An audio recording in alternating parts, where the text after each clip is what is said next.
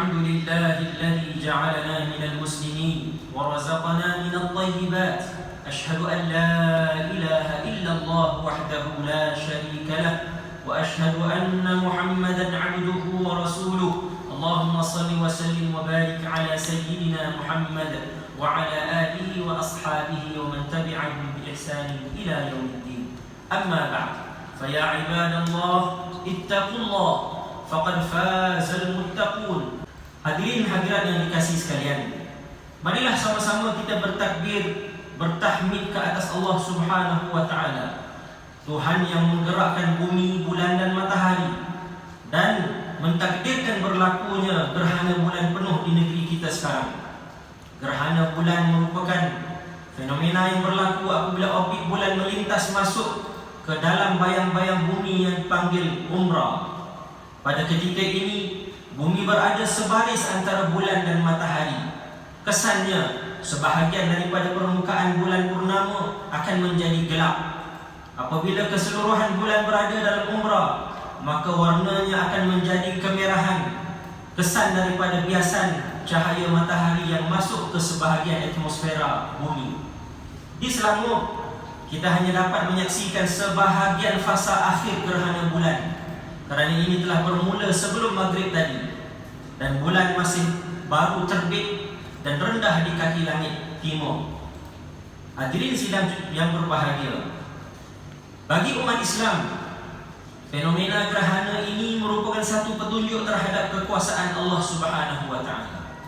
Betapa telitinya aturan falak hingga memungkinkan fenomena yang menakjubkan ini berlaku bagi meluruskan akidah umat Islam dalam mengenal Tuhan yang Maha Pencipta. Melalui gerhana bulan, kita bertambah yakin betapa Allah Subhanahu wa taala yang menentukan aturan manazil bulan, yakni kedudukan bulan. Firman Allah Subhanahu wa taala pada surah Yasin ayat yang ke-39 dan 40. A'udzu billahi minasyaitonir rajim. Wal qamara qaddarnahu manazila hatta 'ada kal 'urjunil qadim.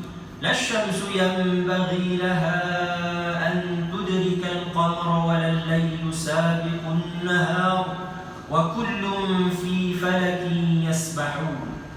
Yang bermaksud, dan bulan pula kami takdirkan ia beredar melalui beberapa peringkat, sehingga di akhir peredarannya kelihatan kembali pula ke peringkat awalnya, yang berbentuk melengkung seperti tandan yang kering.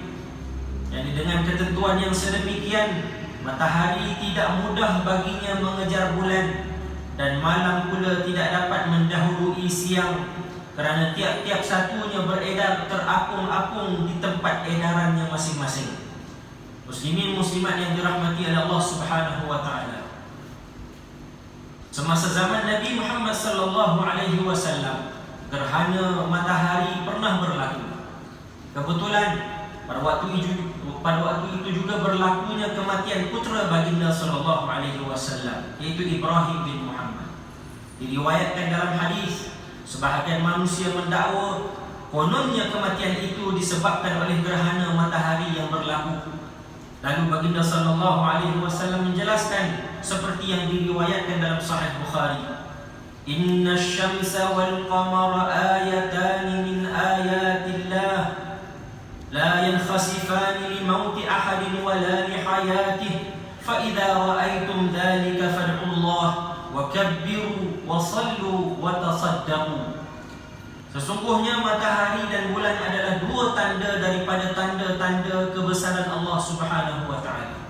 Kedua-duanya tidak gerhana dengan sebab kematian ataupun kelahiran seseorang.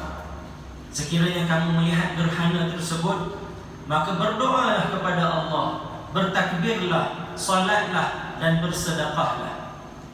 Hadirin yang berbahagia, sesungguhnya fenomena atmosfera seperti gerhana bulan ini akan lebih mendidik jiwa kita supaya mengenal Tuhan yang mentadbir alam ini. Bagaimana Allah Subhanahu wa taala berkuasa untuk menukar kenampakan bulan mengambang, tiba-tiba gelap akibat ditutupi bayang-bayang bumi. Adakah wujud kuasa lain yang mampu menukar aturan tersebut selain Allah? Nescaya tiada.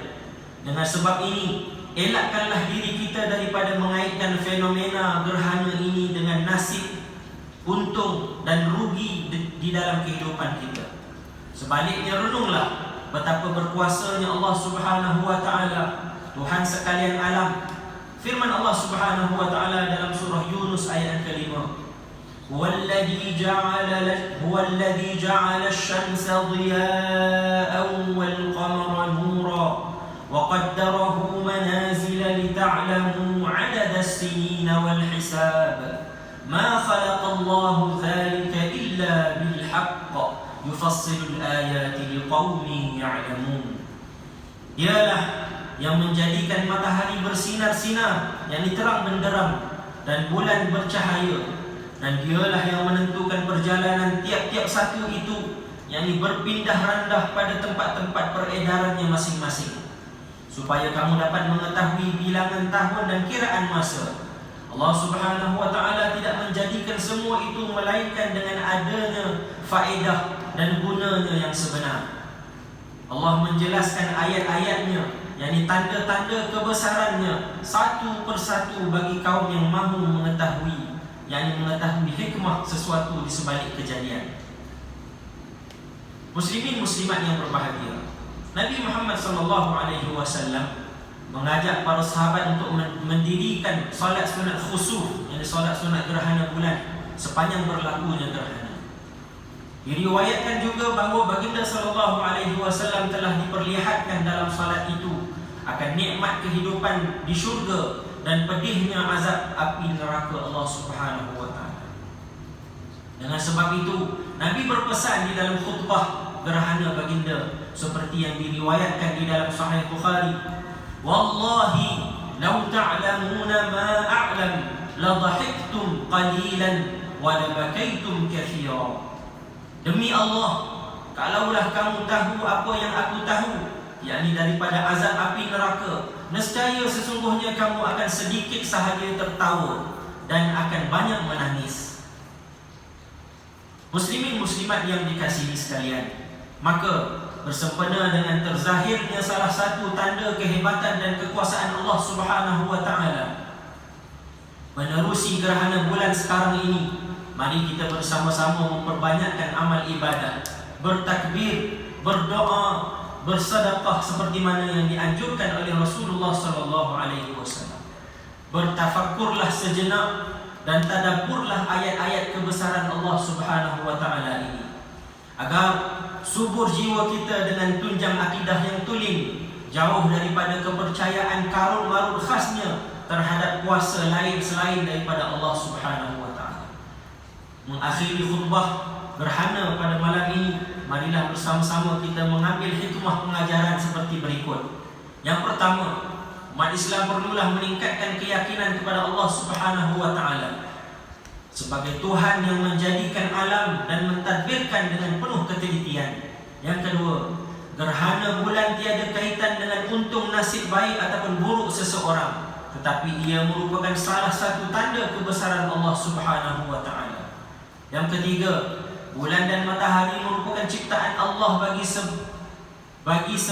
sebagai manfaat kepada manusia, khasnya di dalam ilmu falak, sistem kalender, matematik dan sains moden. Maka umat Islam perlu bersungguh-sungguh untuk mempelajari ilmu ini agar tidak ketinggalan ke belakang. Yang keempat, umat Islam perlu memperbanyakkan amal saleh dan berdoa sepanjang gerhana berlaku. A'udzubillahi minasyaitonir rajim.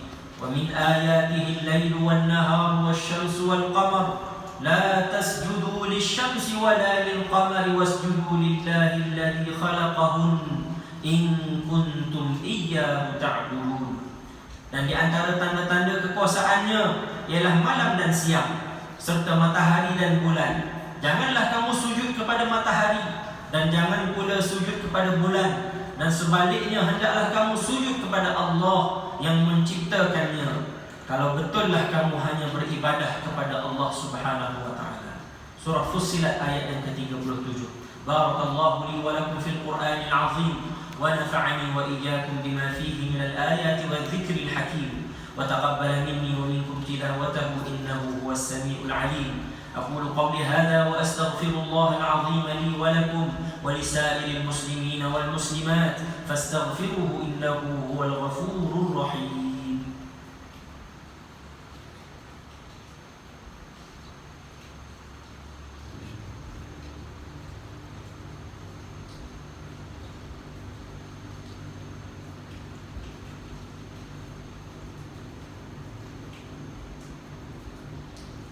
الحمد لله الذي جعلنا من المسلمين ورزقنا من الطيبات. أشهد أن لا إله إلا الله وحده لا شريك له وأشهد أن محمدا عبده ورسوله. اللهم صل وسلم وبارك على سيدنا محمد وعلى آله وأصحابه ومن تبعهم بإحسان إلى يوم الدين.